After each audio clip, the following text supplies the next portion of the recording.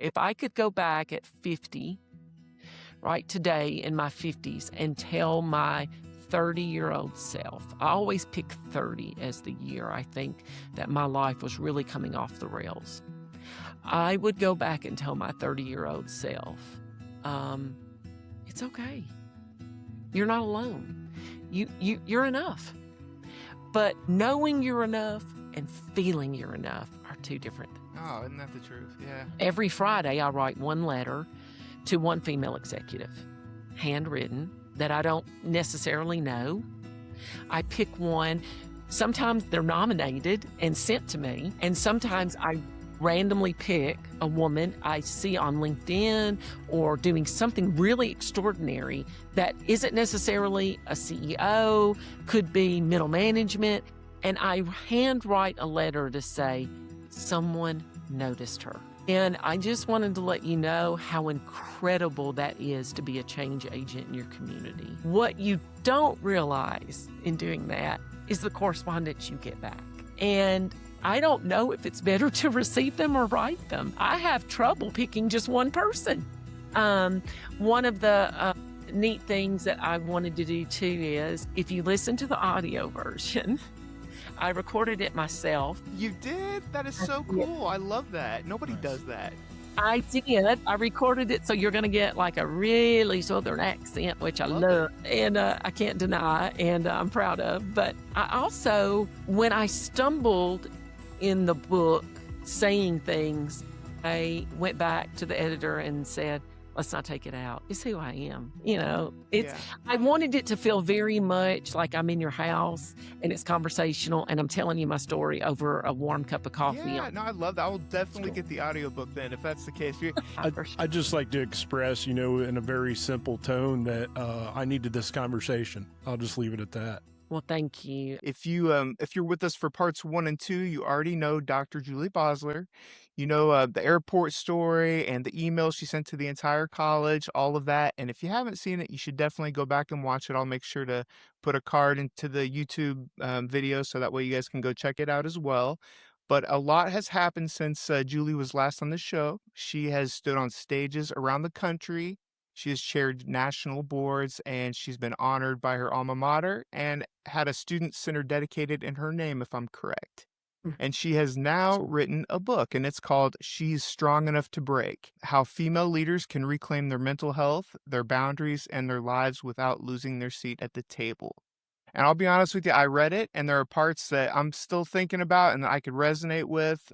One of the things, Julie, that you said in the book was this book was written with women in mind, but not necessarily for women. Did I get that right?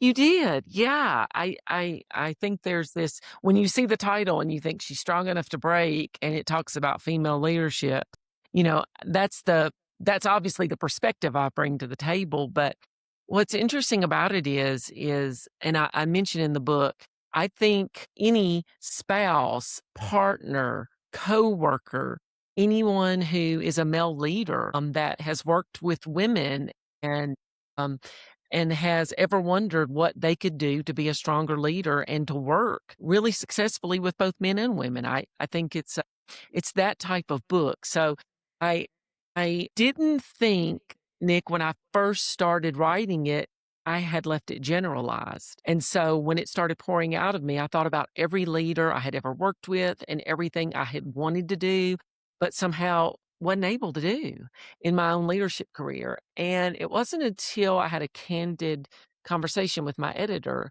and he said, you do realize you keep leaning into wanting to help women. And obviously, coming from your background and perspective of being a female leader in more of a male-dominated field, I think you're honing in there. I just think you're not pushing hard enough. Right. And Turn a niche down a little bit. Right. And so we had a pretty big conversation. He said, I want you to think about it over the weekend, and I want you to call me Monday and let me know. And the more I thought about it and I started writing over the weekend, I thought, yeah, I'm fighting this urge to want to just write to women and find the sweet spot. And so when I finally let that go and said, you know what? I'm writing it for everybody, but I'm gonna put a focus on it from a female perspective to other women because what I think we don't realize, even in your field, in all of our fields, is we don't realize the people, women or men that are in our orbit that are watching how we lead. We're always mentoring people. Right, right. How do you feel things have changed over the years? Because you've been in that industry, in the education industry, and in as an executive leader position for quite a while. How do you think things have changed? Do you think they've evolved for the better when it comes to the way that women are treated in that field, or do you think that it is about the same? How do you see and what do you see the future looking like as far as that goes? Yeah, that's a great question. I look, has there been positive movement towards women and diverse populations working? Yes, but I still am struck why we still have the same conversations in 2026 that we had in 1986. There is still um, a an issue with how women place themselves in a leadership position and how they are judged. And I would be remiss if I didn't call it out. That doesn't make me Right, popular probably. And this isn't for me, a political statement about DEI or not DEI or women's rights or not women's rights. This is really naming something that I found to be true in my own leadership journey and called it for so many years something that it wasn't. I made excuses for sometimes how I was treated or undermined it, or even sometimes questioned, whether it be on a national committee, a commission, whether it be in my own job, for the thought processes I had or the changes I wanted to make. That we should slow down because they could be based on emotion. And that feels like, in that respect, we haven't made huge strides. right, right. And I think a lot of times now too, it's not even so much that the opinions and that sort of thing have evolved so much as it is people have learned new ways to say things in order to not be offensive, right? I mean, it's not that necessarily the opinions have changed. They've just learned ways to get around things a little bit better. And like some of the things that you said made me kind of think about that because as a guy, you don't really think about those things. You don't because you don't experience it through the same eyes. Right. Just simply talking about taking my jacket off. The first chapter is called I Kept My Jacket On. And it's metaphorical, but it's also real too. When a woman is in for say, an executive position, a power position, we are very heavily judged on not looking too feminine, not looking too masculine, not looking too powerful, not looking too delicate. There's such a fine line, and when a man takes his suit jacket off and wears and looks polished in a shirt and a tie and drapes that jacket on the back of a chair because it's hot in the room temperature wise. And when a woman takes that jacket off, the look is different. But I had a female leader early on say to me, metaphorically, never take your jacket off. Yeah. That was interesting too that it was that not to say anything bad about her, but like that was a female that gave you that advice just as the perspective of another female, like this is what I've experienced trying to help you out, this is probably what would be the best thing for all parties involved. I think Yeah. pulling from a previous conversation we had, some of the best leaders that I've come across on an executive level have been those that can blend in as if they're not, but then show that authoritative. So I'm going to use the word transcending when I remember you talking about wearing tennis shoes of the common student to make that student reflect you. So speak a little bit about how your leadership as a female, as a powerful woman executive position, how that transcends that position with the common everyday student. Yeah, I found for me, I spent so much energy and time overthinking everything from the way I entered a room, the way I tried to make people feel comfortable in the room, the way I needed to reassure people in a room that I felt like I was always in reassurance. And I wasn't unsure about myself. Now, early in my career, when I first came out, when that administrator gave me the advice of not taking my jacket off, I was 27 years old. And I thought, what are you even talking about? Take your jacket off. What? I didn't have the experience to say, what exactly do we mean in the boardroom? And I would say for me, when I was going through what I finally said, enough's enough, I have to be who I am. I am not somebody comfortable in a suit. And what I realized is that in that particular role as a college president, my students couldn't see past the suit to know the person.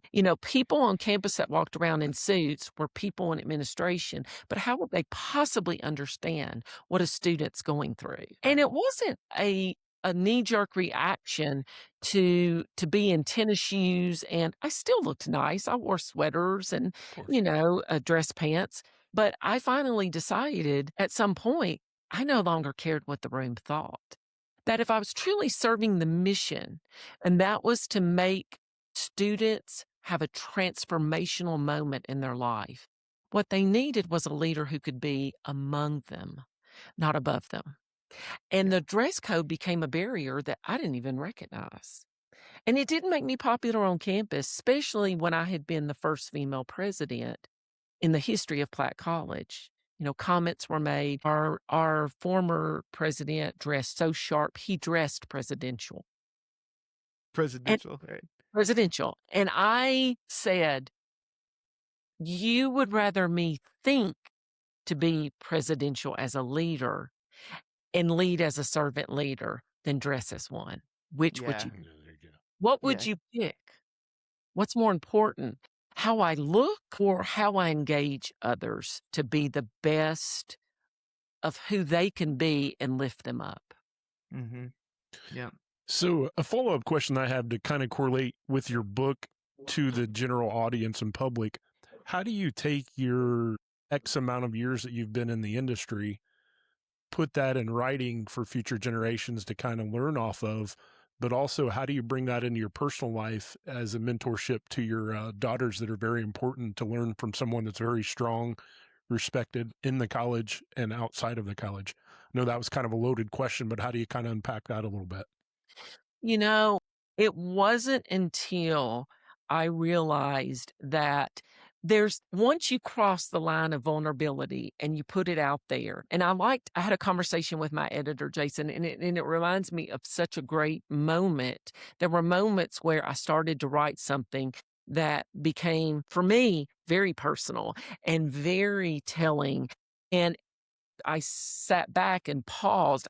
It's like getting to the edge of the deep pool, the deep water in the pool, and getting right to the edge and then deciding, I'm here at the deep end. This is good. I don't need to swim and struggle in this deep end of the pool. And what I realized is from talking and having conversations with him, and he's a girl dad, which I found really interesting, of young girls. And so we had a lot of conversations. Both of us are girl parents. I've raised my two girls are women, they're adults, and his are little girls. And what was interesting is he said, you don't get to pick and choose where you dip your toe in the deep end. You're either all in, and that's good, or you're out. And you write, either way, the book is going to be fine. But you have to decide where you want your line of privacy and transparency to land. And he said, Love it. you skirt the line of transparency and you're not even getting close to privacy. There's a difference in telling the skeleton in the closet, so to speak. That's how we word it. It's not even really skeleton in the closet. It's just telling the pertinent details. But starting to skirt that and let the reader think there's something there, perhaps in the way she was brought up, but we don't know. Yeah. It's not being true. It's not saying, here's what I went through. I'm raw and vulnerable. And in order to make that orbit for women who are going to follow me, including my daughters who are watching me, it's either, he said, you're all in or not. Which way are you going? Yeah. And I thought Something that was a powerful moment. Yeah. I thought it was interesting how you'd mentioned your family and your husband, and you talked about how you spoke to him first, and you're like, "Well, are you okay with, with me revealing so much about our family and about our personal lives?" And and he was just it was really cool. I can't remember exactly how he said it, but something like, "You need to write your story. That's what's important," or something along those lines, right?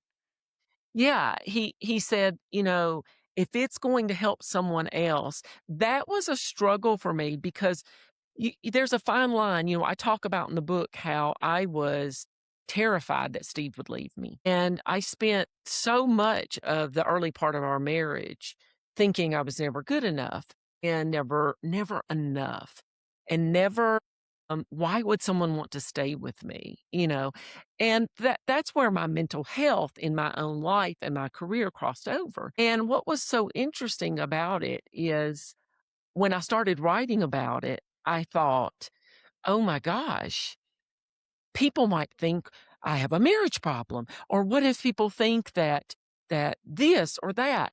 And then I thought, I don't I don't really care necessarily what people think as much as I care that they know it happens to everybody. You're not alone. The message in being not alone is to say to another woman, "Hey, I don't want it to be a dinner party conversation. Don't say anything, but I think that Steve might wanna leave me because I'm so knee deep in depression right now that I struggle to get out of bed. Why would anybody wanna stay?" Instead, to be able to come out on the other side through therapy and to heal and say, "I have been where you've been. Yeah. I know what it's like. The other side is your life. Don't Yeah. wait till you're 50 to find it," you know? So that was powerful for me. I think the correlation that I give is losing yourself in the professionalism, and I struggled with that over the years.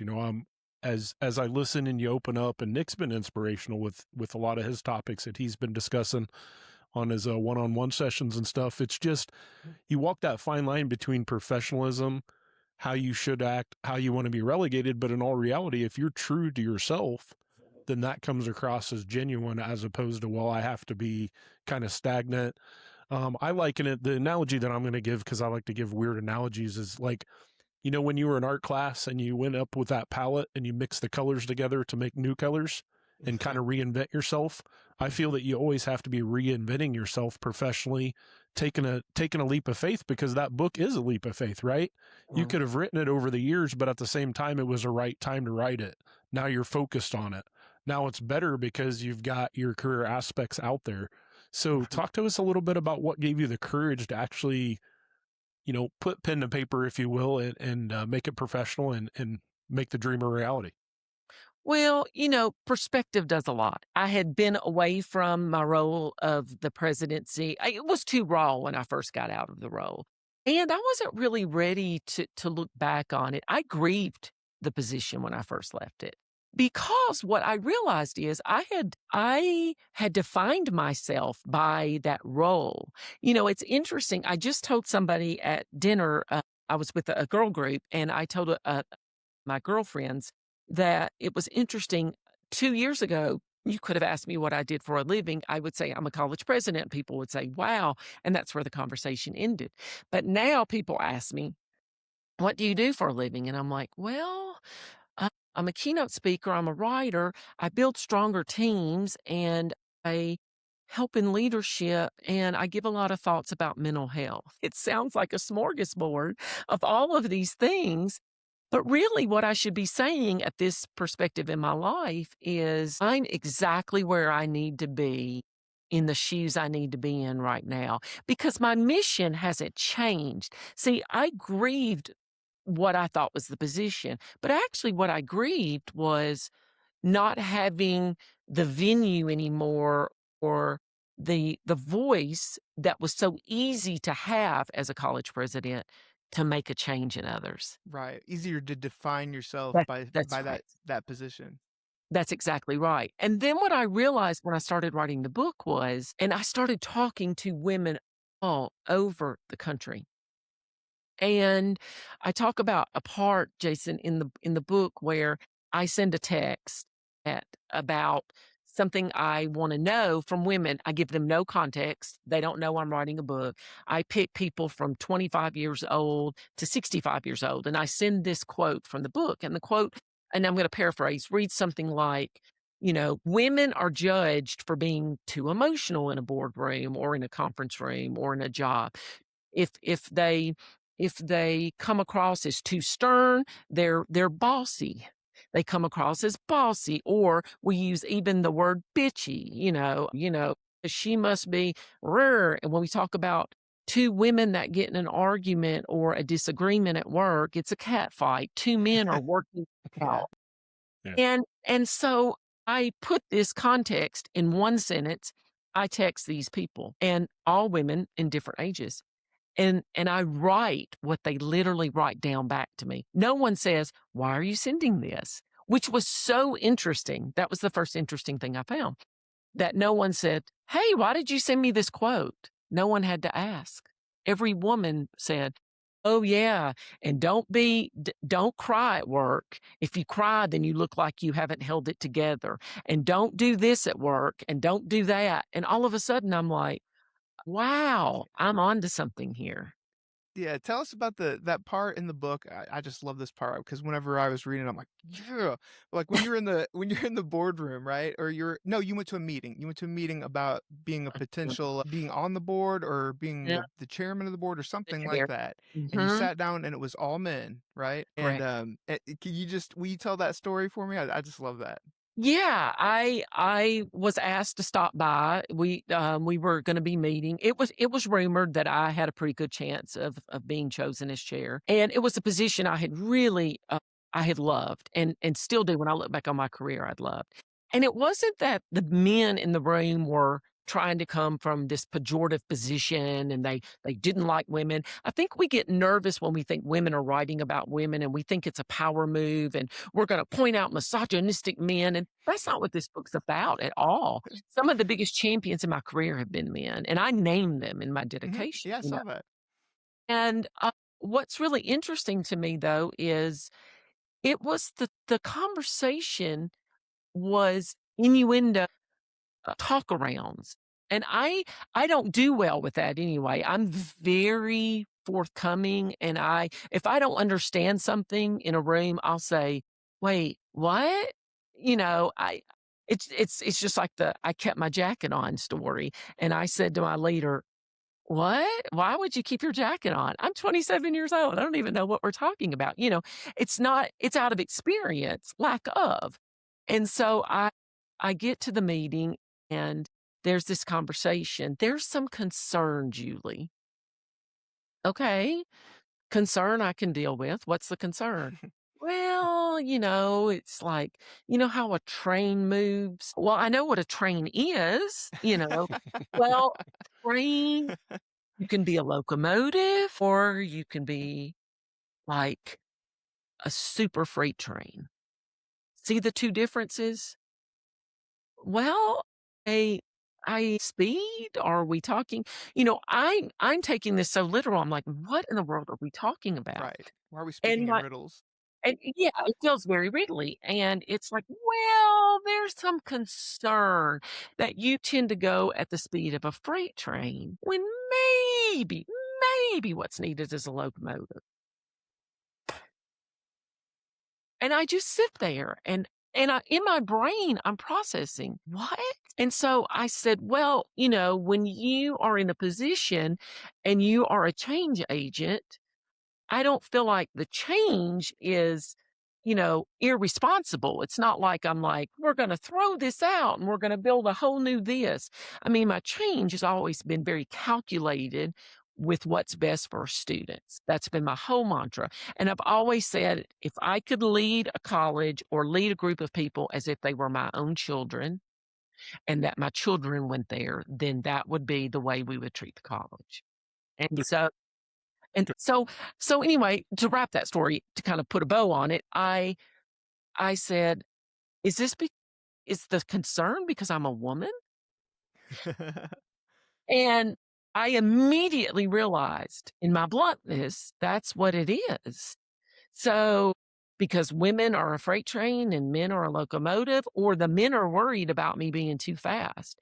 And I said, well, perhaps maybe I'm not the right gal for the job, because instead of asking me to slow down, ask the rest of them to speed up. Yeah. I If I'm love a that. freight train and you don't want a freight train, get a locomotive. But if we want to make serious change and we want to do it together as a group, tell the others to keep up and get on board. The train's waiting on you. Yep. Thing I love to do behind the mic is kind of merge your personal life with what you have going on. So we're going to merge your personal life just a little bit with your book. Give me an unheralded personality trait that you hold that's maybe not in the book or that has been discussed, that's kind of a underrated personality trait that allows you to be successful, lead, write the book, have courage to lead in boardrooms and away from the boardrooms. What's maybe something that's a little underrated that maybe doesn't come to the forefront of your thought? You know, I think it has to do with the way I feel others should be treated. Everything stems from that for me. I think when people talk today, they say, I'm cut off in traffic, or so and so's irritated in the coffee line, or this. I really think really hard about what it might be like in someone else's shoes. So I would say my number one lack of tolerance that I have is a lack of civility for others. I it's hard for me to tolerate not being able, and it's not in everybody's wheelhouse to be naturally like that.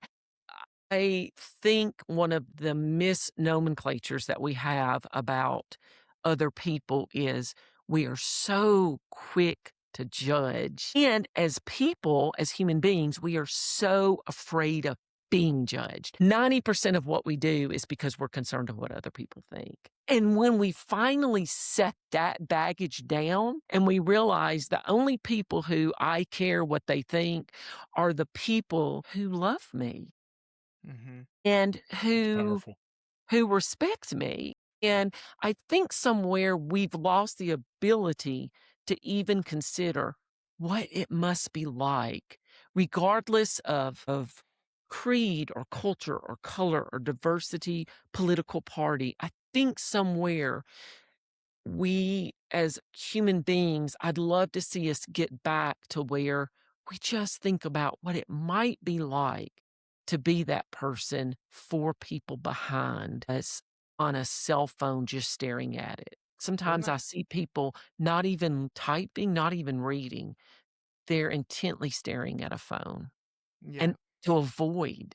And I think, what must be going on in your world right now? How are you broken? I try to approach everybody in my mind as, what if that was a broken person? What if that was me 5 years ago Mm-hmm. in the Yeah. Starbucks line? Because it was. Because it was.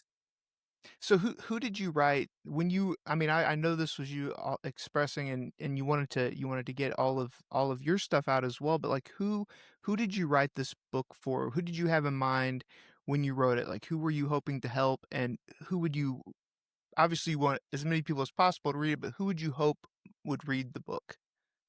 I thought about my nieces and my own daughters.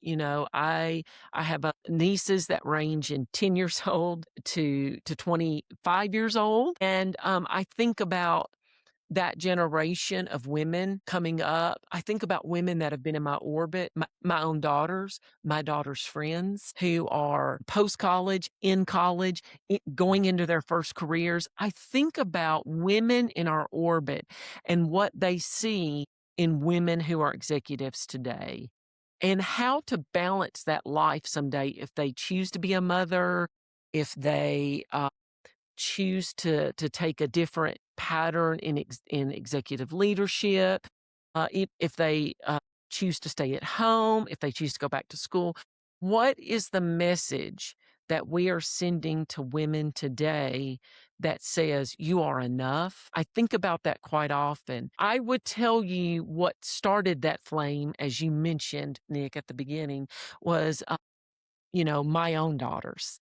Now Yeah. I have a soon to be 24, a 20-year-old, and I think about where they're at in their stage of life. And I think about how I want the world to look at them as such extraordinarily talented human beings that have so much to give and helping them find that niche. But making sure too that in finding that niche, they don't lose themselves and they don't lose their mission in what they want to do as long as they serve others.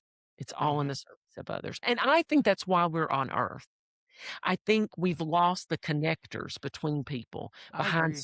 screens. It's one of the reasons I selected in a connection with the book.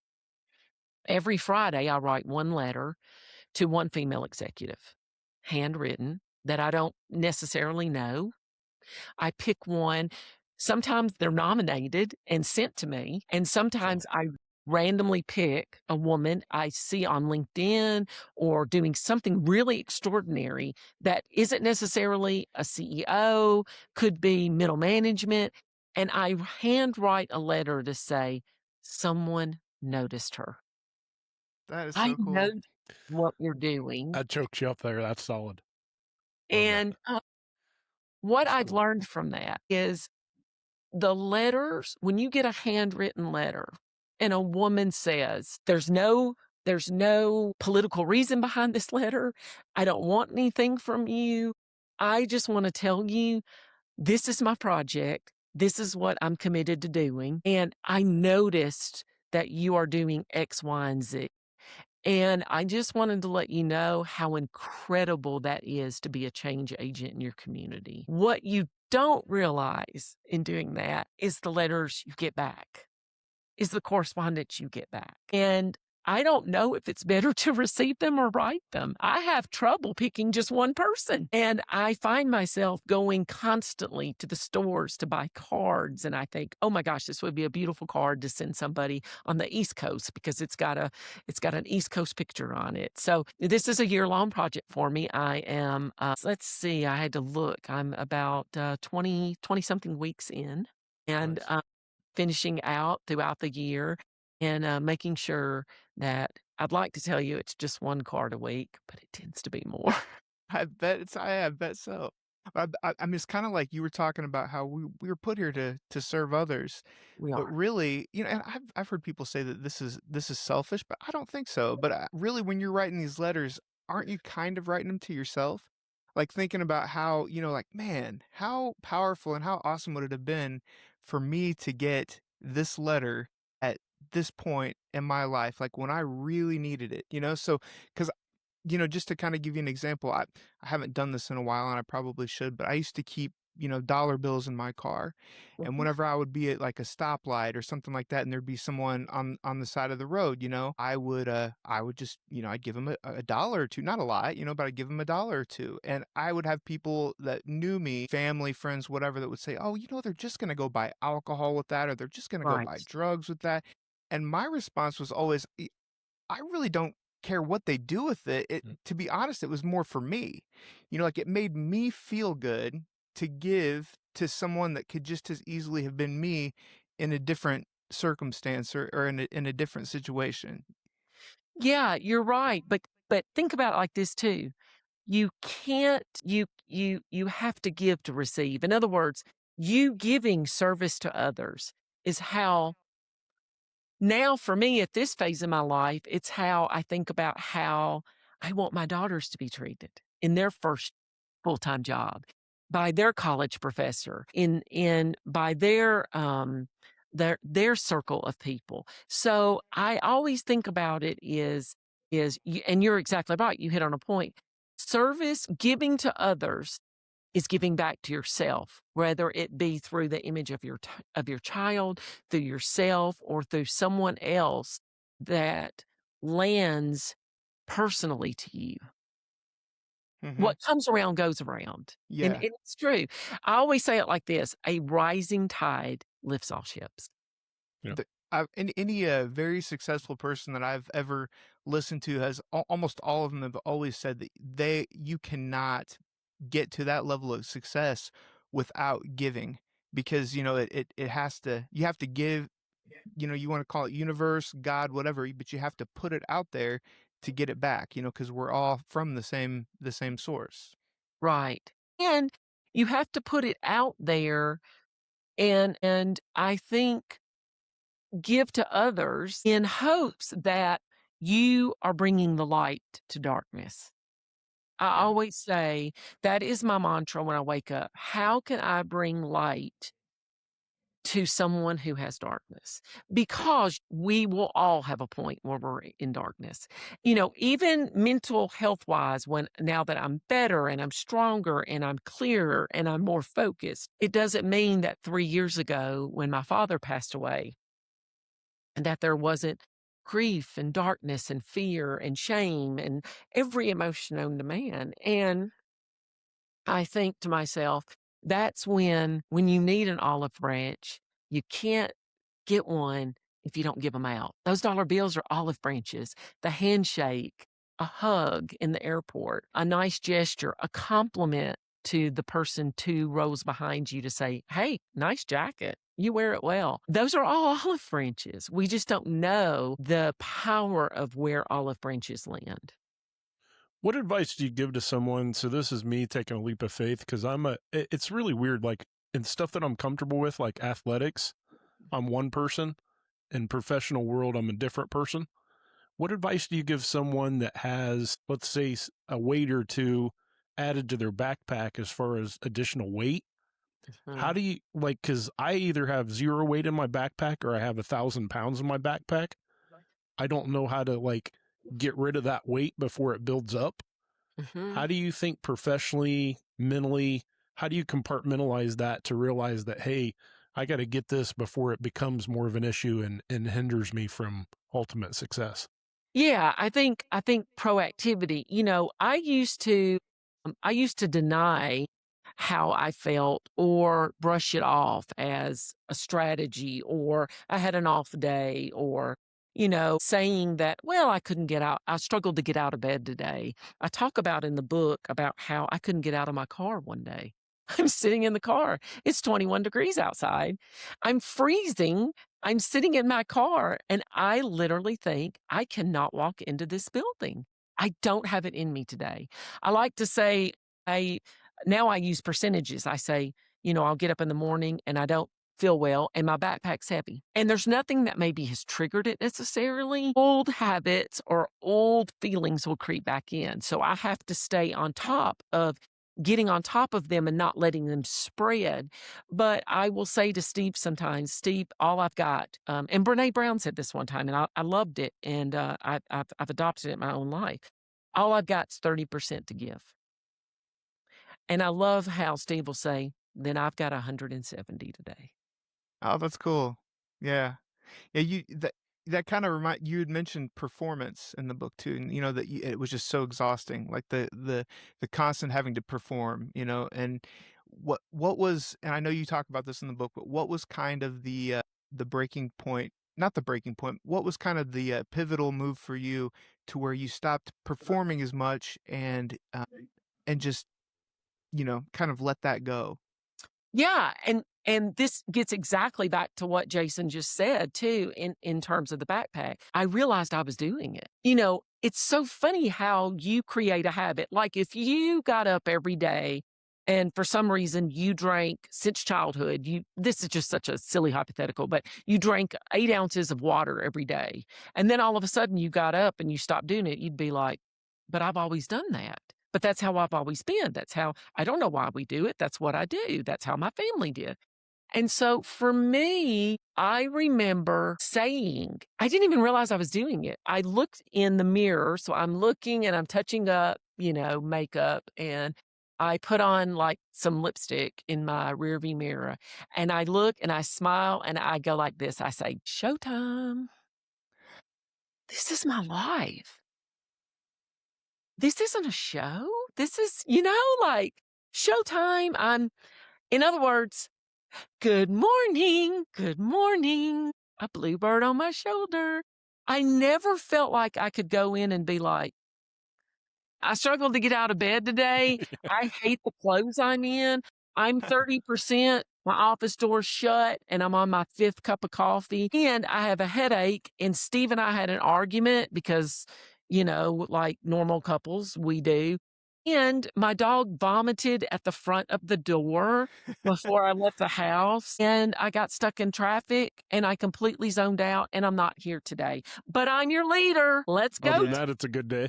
Yeah. And that's the big difference, though, is the fact that you had to come in as, you have to think about yourself as the leader, as the president. See, because I'm probably a little too far on the other side of things sometimes. I might say exactly those things, like, yeah, this is just not going to be a good day. You're probably going to see my door close quite a bit today.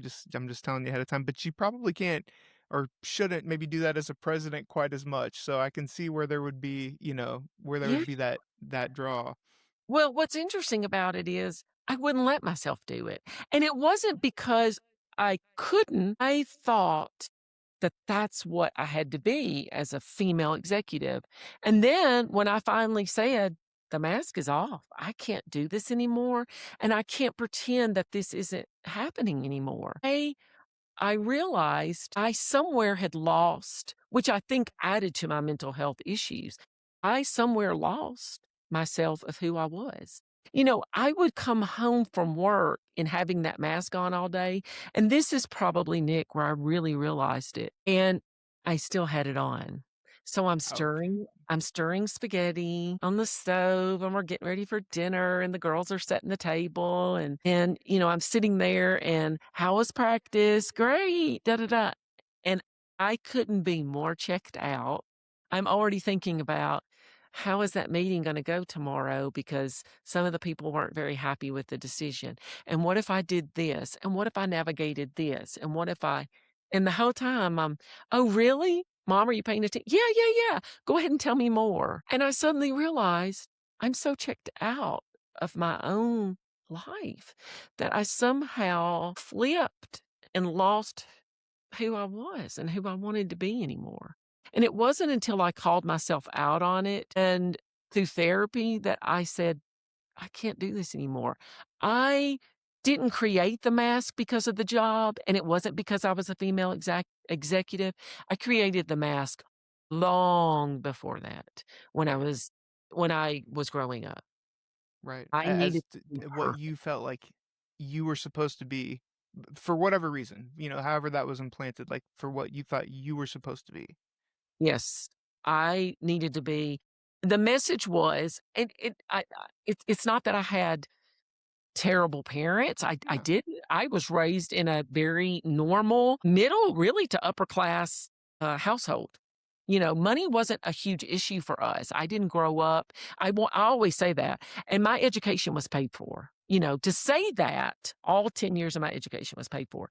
But I had parents that had very high expectations. And my father was like, be more, do more, be strong, don't be weak. We got Love to it. do this, you've got to do that. And somewhere that transformed into me, I am not enough. No matter what I do, I've got to win more, do more, be smarter, be stronger, don't slack. I used it as this drive and coupling it with an immense trauma that happened with my boyfriend dying my senior year Oh, in high school. wow. So I, my boyfriend had a car accident. He was killed instantly. He was here and then he wasn't. And it was not normalized in my household to pick up that grief and it was more or less, well, you're almost an adult, you're 17, and in 9 months from now, you'll be going to college. So let's get it together. Let's get strong enough. Let's do enough.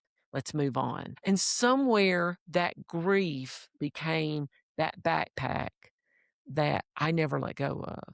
So it shaped my whole future and part of that's how I dealt with the grief. So it's not all, people say, oh, quit blaming your parents.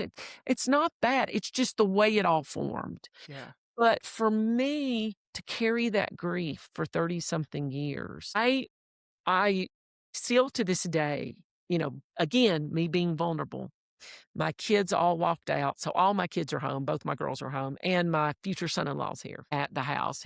My daughter's getting married in October. And they're all getting ready to leave. Some of them are going to the airport. A couple's going here to work and da-da-da. Everybody's leaving the house. And I said to my future son-in-law, he was the last one in the house, and I said, I'm not going to come out and watch you leave.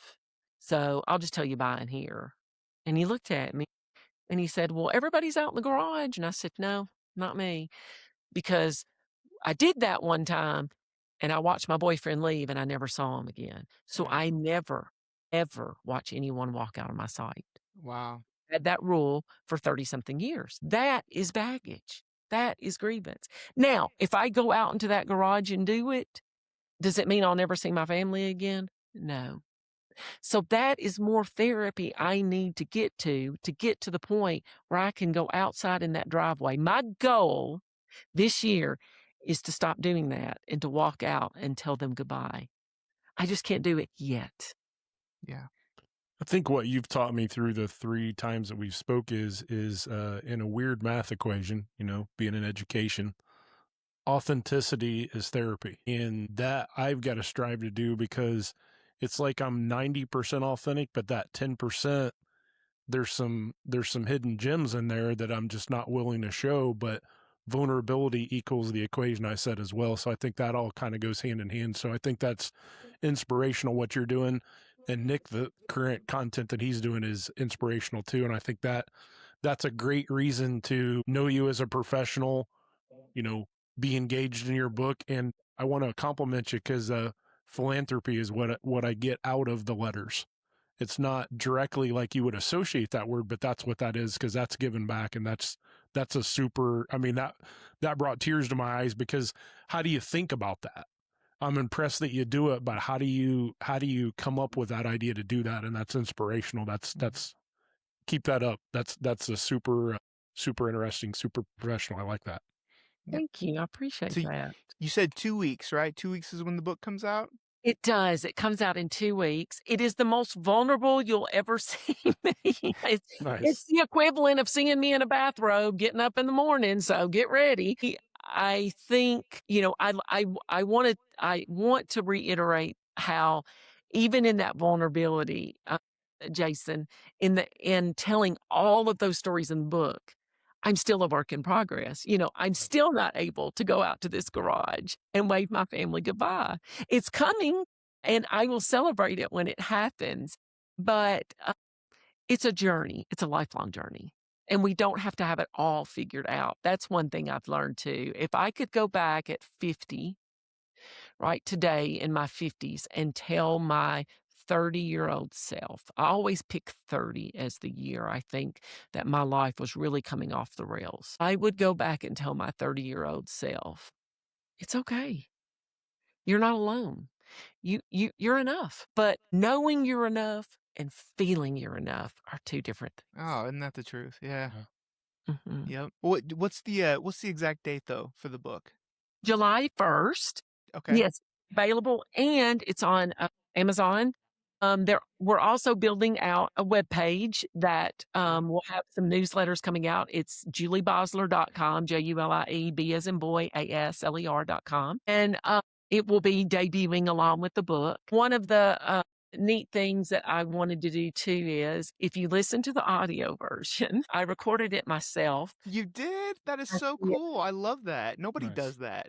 I did. I recorded it, so you're gonna get, like, a really Southern accent, which I Love love, it. and, I can't deny, and I'm proud of, but I also, when I stumbled in the book saying things, I went back to the editor and said, "Let's not take it out. It's who I am."